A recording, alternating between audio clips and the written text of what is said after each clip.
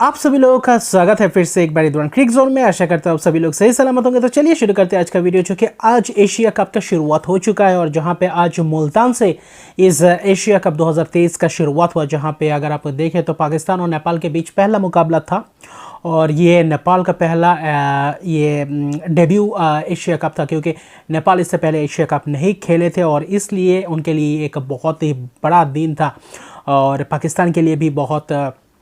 एक बड़ा दिन था, क्योंकि होस्ट करने जा रहे थे। पाकिस्तान और श्रीलंका दोनों देश एक साथ मिलकर ये एशिया कप होस्ट कर रहे हैं, तो इसलिए पहला मुकाबला और पाकिस्तान का पहला मुकाबला ये भी क्रूशियल मुकाबला, जहां पे पाकिस्तान और नेपाल के बीच भिड़ंत थी और दोनों ही टीम हालांकि अच्छी खासी मैच खेल के इस एशिया कप में आए थे। वही वर्ल्ड कप क्वालिफायर्स में भी अच्छी खासी प्रदर्शन किए थे, भले ही उतने मैचेस नहीं जीते हो नेपाल ने, लेकिन एक अच्छा अनुभव लेकर आए थे एशिया कप में। और वही आज टॉस जीतकर पहले बल्लेबाजी का फैसला किया बाबर आजम ने, और पिच उतना कुछ खास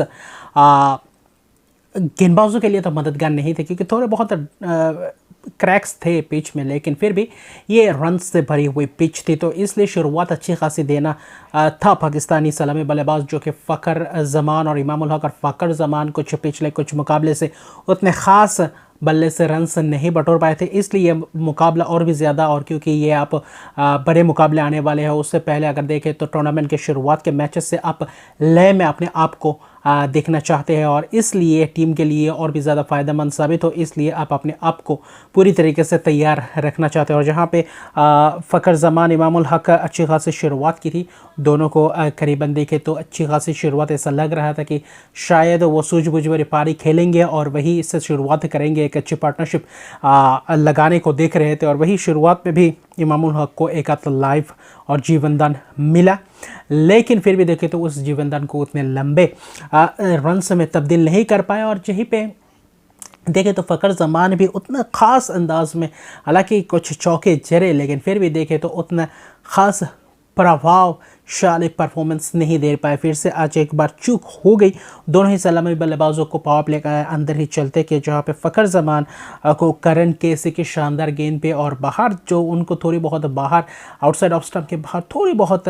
गेंद हिलता है और वही जाता है, तो वहां पे शॉट मारने को देखते हैं और वहीं पे एज लगता है। तो वैसे ही कुछ हाल ही फ़िलहाल में मैचेस में वैसे ही कुछ तरीके से आउट हुए।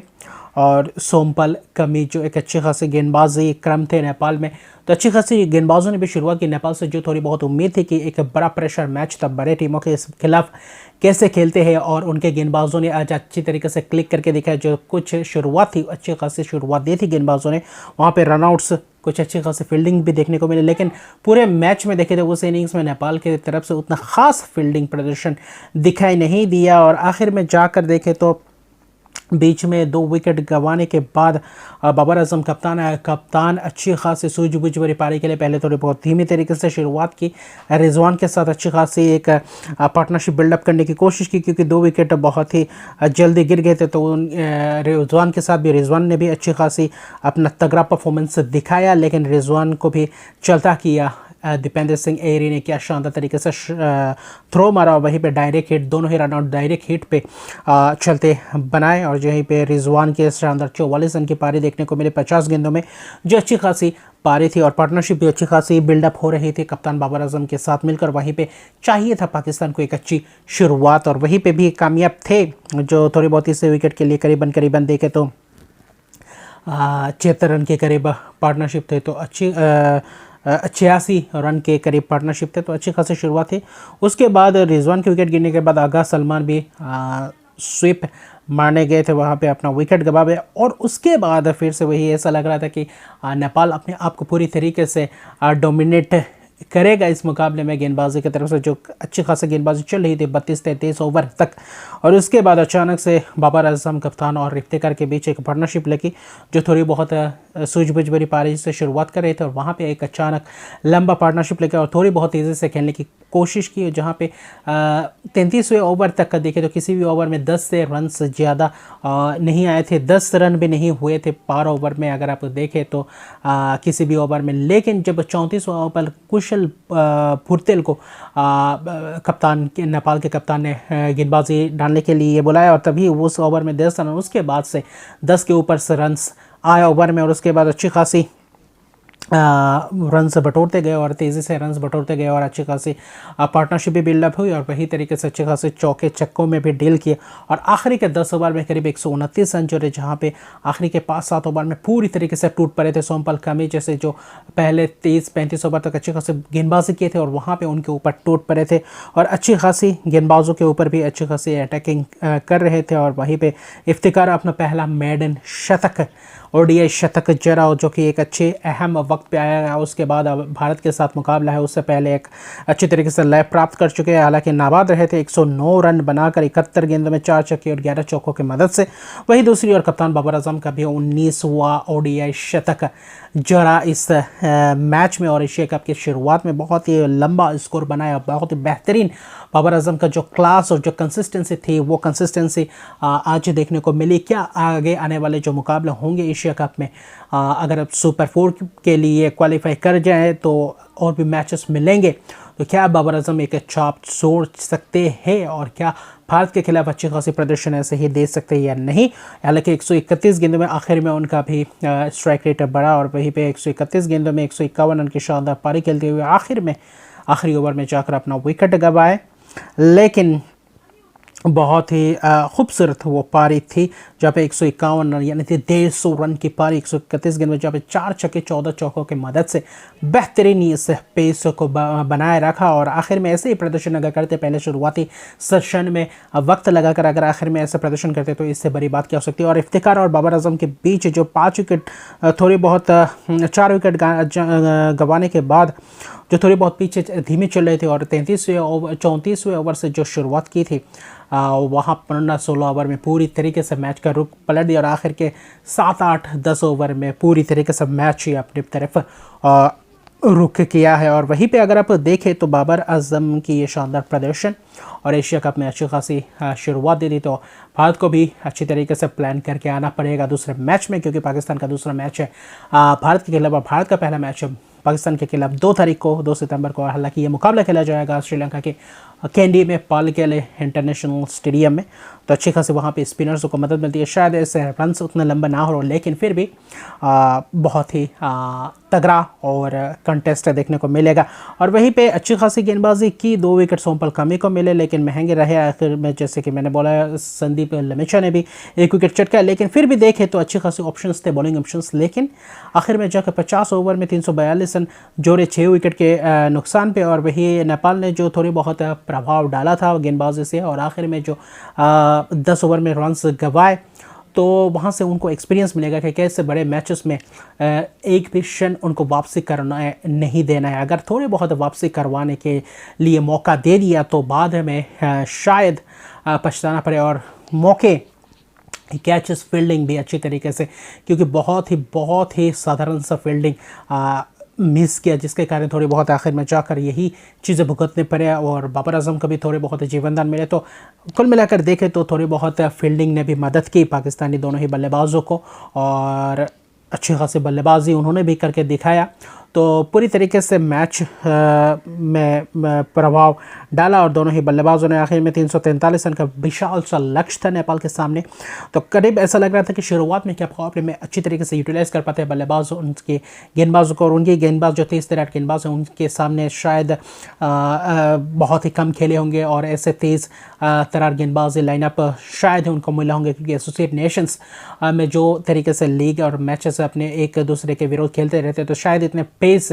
बॉलर शायद उनको नहीं खेले होंगे उतने ज़्यादा। हालांकि लीग्स वगैरह भी शायद थोड़ा बहुत कम खेलते हैं नेपाली प्लेयर्स, नेपाल के खिलाड़ी, तो वहाँ पे भी देखें तो एक अच्छा एक्सपोजर मिला और शुरुआत में ही पहले ही 2 ओवर में 3 विकेट चटका गए और कप्तान रोहित पौडेल को शून्य पे आउट किया कुशल भुर्तल। हालांकि 2 चौके शानदार लगाए थे शाहीन शाह अफरीदी के गेंद पे और पहले ही ओवर में हालांकि डाउन द लेग जा रहा था शाहीन शाह अफरीदी के गेंद, वहाँ पे एच लगा और वही कीपर के शानदार आज रिजवान ने भी शानदार ग्लव्स वर्क दिखाया। बल्लेबाजों में भी 44 रन रहे और आखिर में अनलकी रहे क्योंकि रन आउट हुए थे, लेकिन फिर भी ज़बरदस्त बल्लेबाजी और ज़बरदस्त कीपिंग अच्छा देखने को मिला। और शुरुआत में ही 3 विकेट गंवाने के बाद ऐसा लग रहा था कि शायद यहाँ से वापसी करना मुश्किल होगा, लेकिन वहाँ पे थोड़ी बहुत ही पार्टनरशिप बन पी और आरिफ शेख के साथ मिलकर सोमपल कमी ने थोड़ी बहुत पार्टनरशिप की। अच्छी खासी रन बॉल भी खेल रहे थे और अच्छी तरीके से रन रेट को मेंटेन करके रखा हुआ था। और भले ही 3 विकेट गंवाए और पाकिस्तान के विरुद्ध ऐसे तेज तरह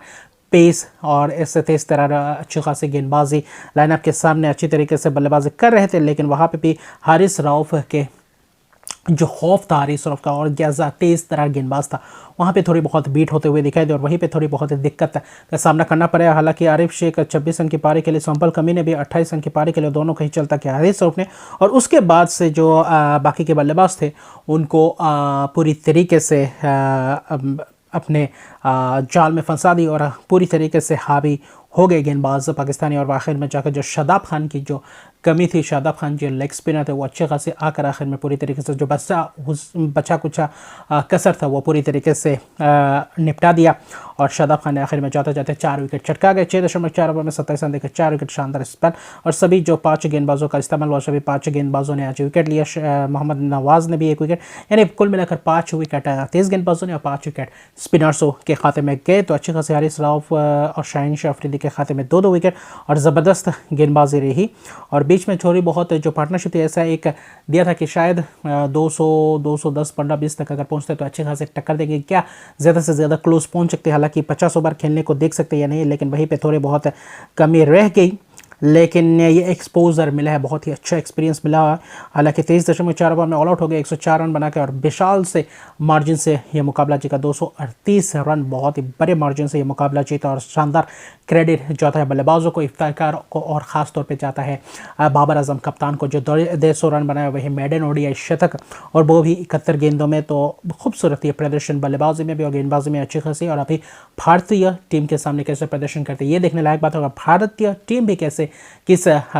तैयारी के साथ उतरते हैं ये तो श्रीलंका के पालेकेले मैदान में 2 तारीख को पता चलेगा। और टॉस भी बहुत ही महत्वपूर्ण रहेगा। तो कुल मिलाकर देखते हैं क्या होता है। आज पहला ही मुकाबला पाकिस्तान ने जीता, 2 अंक अर्जित किए हैं इस ग्रुप ए में और कल है ग्रुप बी का पहला मुकाबला। हालांकि दूसरा मुकाबला इस एशिया कप का वो होगा श्रीलंका के कैंडी में पालेकेले में खेला जाने में, तो उससे भी थोड़ा बहुत आइडिया मिलेगा भारतीय टीम कैसे के पीछे के मिलता है और कैसे सिचुएशन रहता है, कैसे स्कोर होता है। कल होगा बांग्लादेश टाइगर्स बनाम श्रीलंका लायंस के बीच और ज़बरदस्त ये भी मुकाबला रहेगा, रोमांचक भरा मुकाबला रहेगा। भले ही वनिंदु हसरंगा ना हो, लेकिन श्रीलंका के सामने भी, श्रीलंका अपने घर पर खेले है तो उनको अच्छी खासी भलीभांति जानते होंगे